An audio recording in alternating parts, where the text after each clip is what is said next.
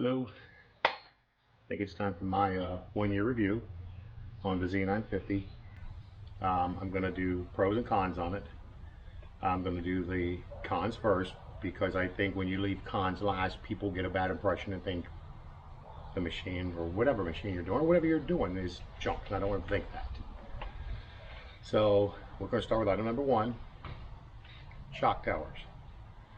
Where the front shocks are mounted to the top of the frame, they're rattling.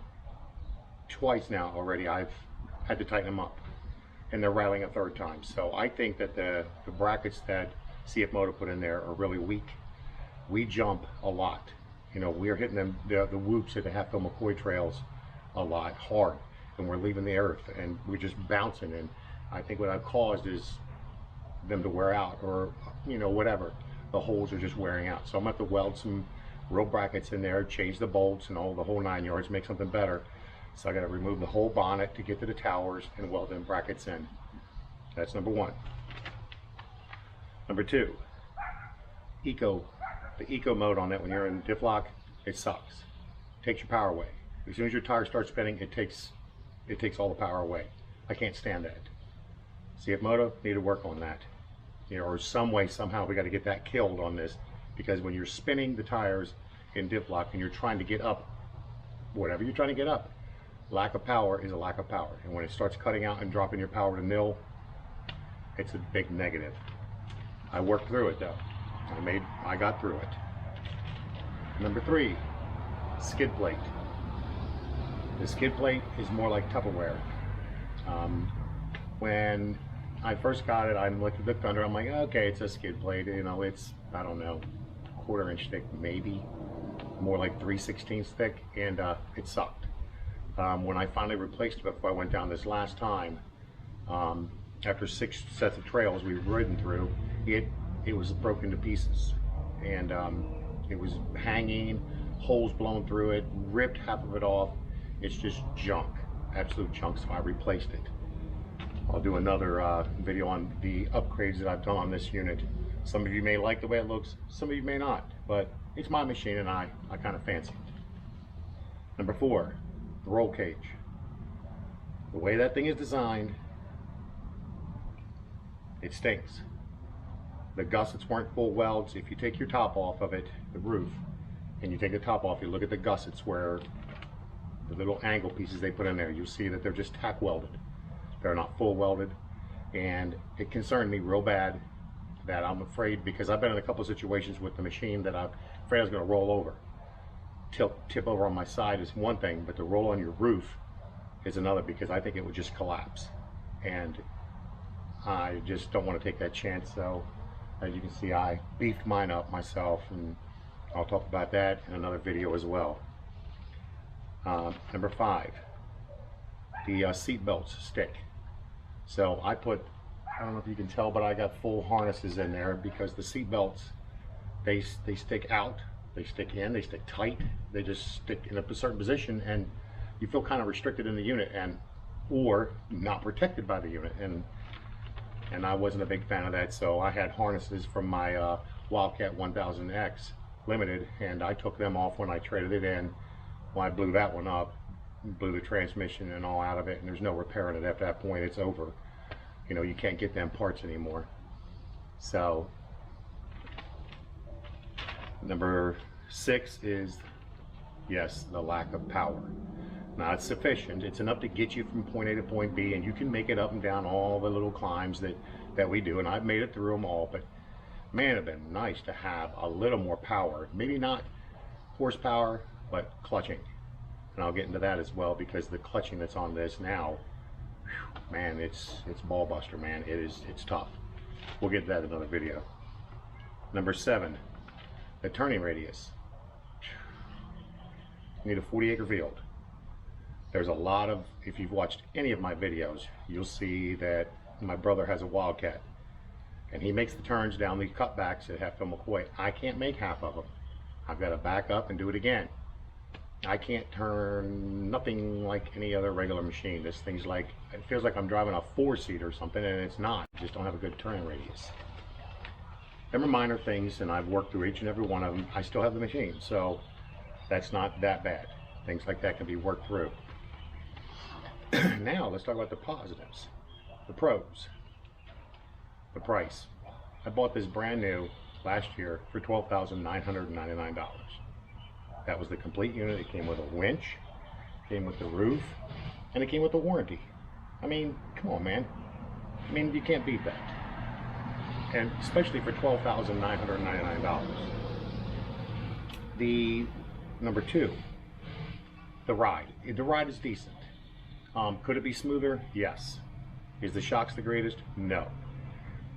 Can I adjust them to get what I need? Yes. But the way I run it, I took my sway bar off the rear and the front. The front is still disconnected. The rear I had to put back on because I couldn't get the shocks stiff enough in the turns. That we cut them so hard that the machine just felt like they wanted to roll over. No matter how stiff I adjusted the rear shocks, it didn't matter. It still left me feeling nervous. And so the last trip I went down, I put it back on, and man, I was able to really hit them turns hard. And I'd like to have a set of Hester shocks on here, you know, the Elkas. What I wouldn't give, but I don't have $2,300 to. Why? I just don't want to spend $2,300 on a set of shocks when I can make do with what I got. Number three, pro, is they're finally coming out with some good upgradable parts. From the skid plates to the, you know, you can run bigger tires. The clutches is phenomenal. The tune from MSC, Main Street Cycle in Mississippi, they have a tune for the computer. Instead of using the tuner like I have one of the little pushy button thingies, but it's okay. But they have a real tune for it, and we'll talk about it some other time as well. Number four, the pro, is it comes with a winch.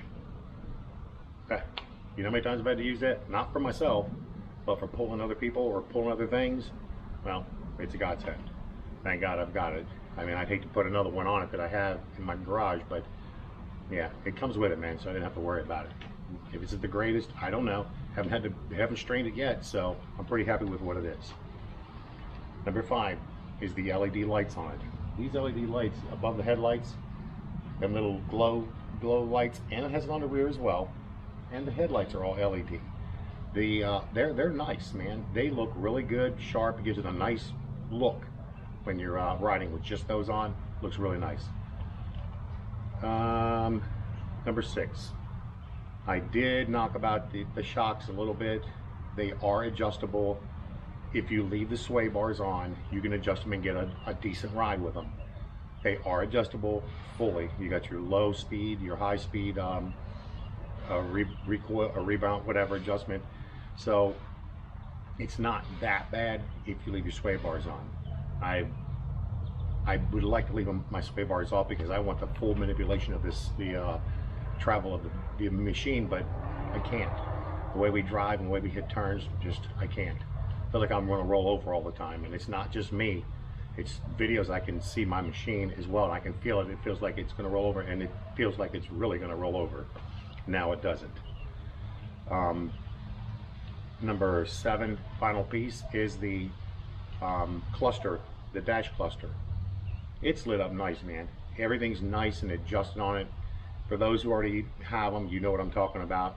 For those who haven't seen them, there's other videos out there that shows it, but it's a real nice cluster, clean. It adjusts to when you get into a darker part of the woods, it changes color to adapt. When you're in the bright daylight, it turns real bright so you can see it still. But all in all, I really can't complain about it. You know, another positive is on the back of the unit, the two little snorkel tube thingies that are sticking out the back of these units. It's really not that bad that they're there. I mean, are they the most good-looking thing? No, but at least the intake for the air and the intake for the belt is not under the unit getting drowned in mud. When I brought this unit back this time, it was absolutely devastated with mud. It was really bad. And if them intakes would have been underneath the unit like most units, it would have been pretty clogged inside of things. And I'm glad it didn't happen. What I am going to do is snorkel them and get them up higher and lose them rocket ship boosters, because that's what they look like. They look terrible in my opinion, but they are better than being underneath the unit. So all in all, it's a good unit. Do I recommend it? For the price? Oh yeah. Is it for everybody? No. If you're used to a X3, which is a badass machine, or a Razor Turbo, you know, whatever, you know, the big models, this is not for you. But for where we ride, we're not racing 70 miles an hour. Will this do 70? Hell yeah.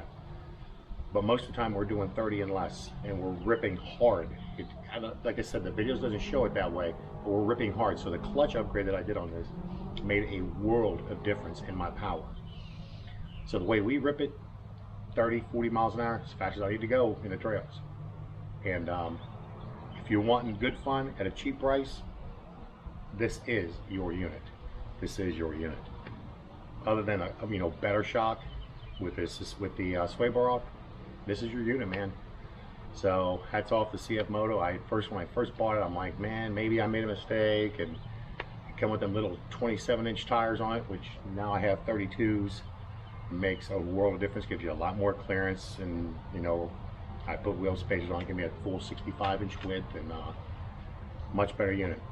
So anyway, that's my 1-year review. I have no real complaints about it. I haven't broken anything other than a CV boot, which I replaced. Cracked the one mirror, but that's my fault. And about tore the fender flare off that I put on. But other than that, I haven't done nothing bad to the unit. The unit's taken everything I've given it. So anyway, this is going to end my review.